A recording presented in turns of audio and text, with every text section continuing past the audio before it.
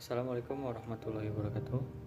Perkenalkan, nama saya Syahrial Al-Kirom dari Teknik Mesin 2017. Di video kali ini, saya akan menjelaskan tentang sejarah penemuan mesin pendingin. Dan yang kedua, saya akan menjelaskan tentang proses siklus kerja dari sistem kompresi uap. Lalu yang ketiga, saya akan menjelaskan tentang diagram pH dan diagram TS pada siklus kompresi uap. Nah, pada zaman dahulu, orang-orang itu belum menemukan yang namanya kulkas ataupun alat pendingin yang lainnya. Orang-orang zaman dahulu melakukan proses pendinginan dengan cara memanfaatkan es atau tempat-tempat yang lebih dingin seperti bawah tanah. Nah, orang-orang zaman dahulu mendapatkan es dari tempat-tempat yang lebih dingin, dan juga mereka memanen es dari sungai-sungai yang membeku. Es-es tersebut lalu mereka simpan ke tempat penyimpanan es. Jadi pada zaman dahulu memang sudah ada tempat-tempat untuk menyimpan es, sebuah rumah khusus. Es-es tersebut nanti akan dimanfaatkan ketika musim panas datang. Karena sulitnya proses mencari es, maka pada saat itu harga es sangat mahal dan hanya kaum bangsawan saja yang dapat menikmatinya.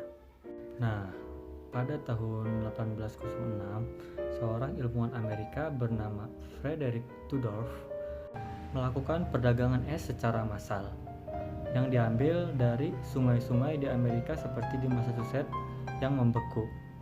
Tudor lalu menjual es tersebut lalu mengimpornya ke negara-negara lain seperti India.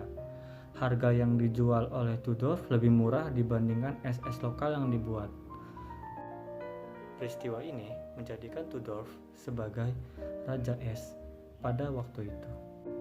Nah, pada tahun 1805, seorang ilmuwan bernama Oliver Evans ia merancang sebuah sistem kompresi uap pendingin.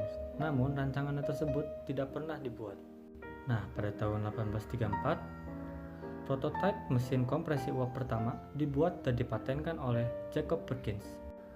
Dan pada beberapa tahun selanjutnya, tepatnya pada tahun 1848, seorang ilmuwan bernama Alexander Twining membuat mesin yang sama dan mengkomersikannya tepat pada tahun 1856. Nah, itu tadi penjelasan tentang sejarah penemuan mesin pendingin. Nah, selanjutnya saya akan menjelaskan tentang bagaimana proses siklus kerja dari mesin kompresi uap. Pertama, udara diserap oleh evaporator. Di evaporator, refrigeran menyerap udara panas yang terdapat dalam suatu ruangan tersebut. Karena menyerap panas, refrigeran lalu menguap. Uap refrigeran tersebut lalu dikompresikan oleh kompresor hingga mencapai tekanan tertentu. Lalu disalurkan menuju kondensor. Dalam kondensor, uap panas lalu dikondensasikan dengan cara membuang suhu panas keluar lingkungan. Lalu refrigeran tersebut diteruskan kepada evaporator. Nah, selanjutnya saya akan menjelaskan tentang apa itu diagram pH dan apa itu diagram TS. Diagram pH merupakan diagram di mana sumbu X adalah merupakan entalpi dan sumbu Y merupakan tekanan. Penjelasannya akan saya jelaskan melalui gambar berikut ini. Nah, bisa kita lihat nih pada proses 3 ke 4 terjadi penurunan tekanan. Namun pada entropi itu sama dan juga entalpi. Nah, pada proses 1 ke 2 nih terjadi peningkatan tekanan serta entalpi. Namun pada diagram TS tekanan bertambah, namun entropi tetap. Nah, seperti itu. Nah, itu dia penjelasan dari saya tentang sistem pendingin. Semoga bermanfaat.